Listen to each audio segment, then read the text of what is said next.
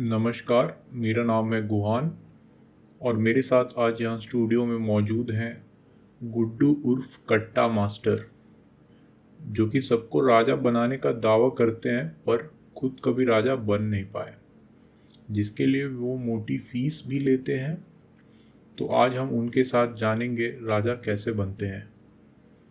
स्वागत कीजिए गुड्डू उर्फ कट्टा मास्टर जी का। गुड्डू जी, तो बताइए कैसे राजा बनाते हैं आप लोगों को।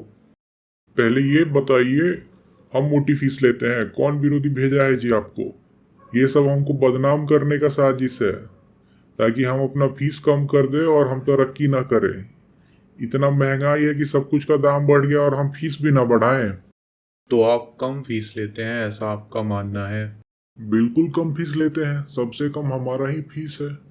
वो बात अलग है कि कभी कभी हम किसी के पास पैसा नहीं रहता तो उससे पैसा नहीं लेते हैं।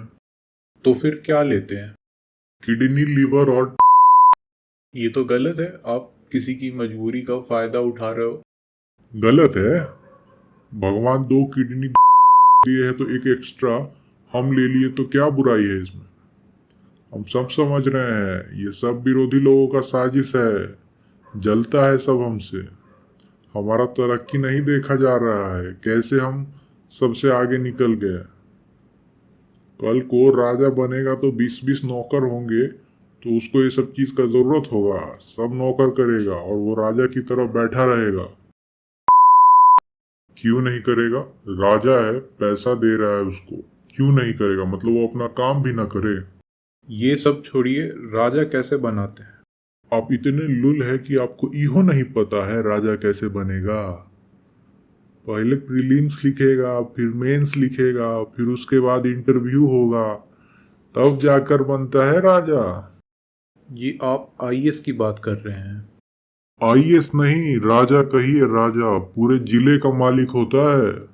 उसको पब्लिक सर्वेंट कहते हैं। जिसके नाम में ही नौकर हो वो राजा कैसे बन सकता है? राजा नहीं तो क्या है? अब मान लीजिए आपका टेंडर पास नहीं हो रहा है, आपसे क्लर्क 20 लाख का नजराना मांग रहा है। आप गए आईएएस के पास, वो आपसे 15 लाख लिया और आपका काम करवा दिया। हुआ ना राजा? हुआ कि नहीं हुआ? ये गलत बात है, इसको रिश्वत कहते हैं। गलत बात है। और वो जो 20 लाख रुपया मांग रहा था वो सही था। दोनों ही गलत।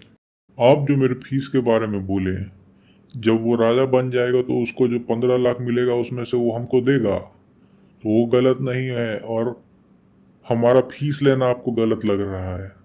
सब ये मेरा विरोधी लोगों का साजिश है। हर साल लाखों बच्चे बैठते हैं इस परीक्षा में और महज कुछ का ही हो पाता है। इस पर आपका क्या कहना है?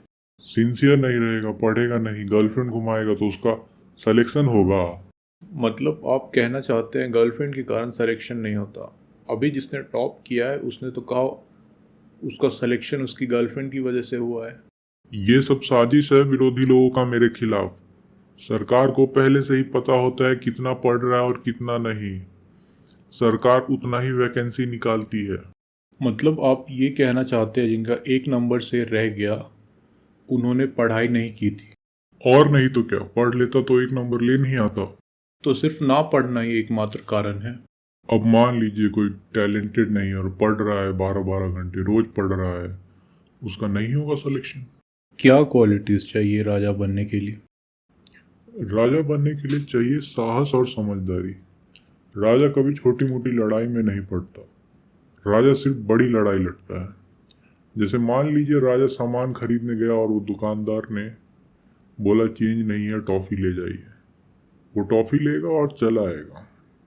वहीं अगर भंडारे में गया और सबको लेग पीस मिल रहा है, लेकिन उस तक पहुंचने से पहले खत्म हो गया, निकाला कट्टा और मारा धाए धाए और फिर पूछ रहा है काहे नहीं दिया लेग पीस। ये होता है क्वालिटी ऑफ किंग। ये होता है क्वालिटी ऑफ किंग? ऐसा कहाँ लिखा है?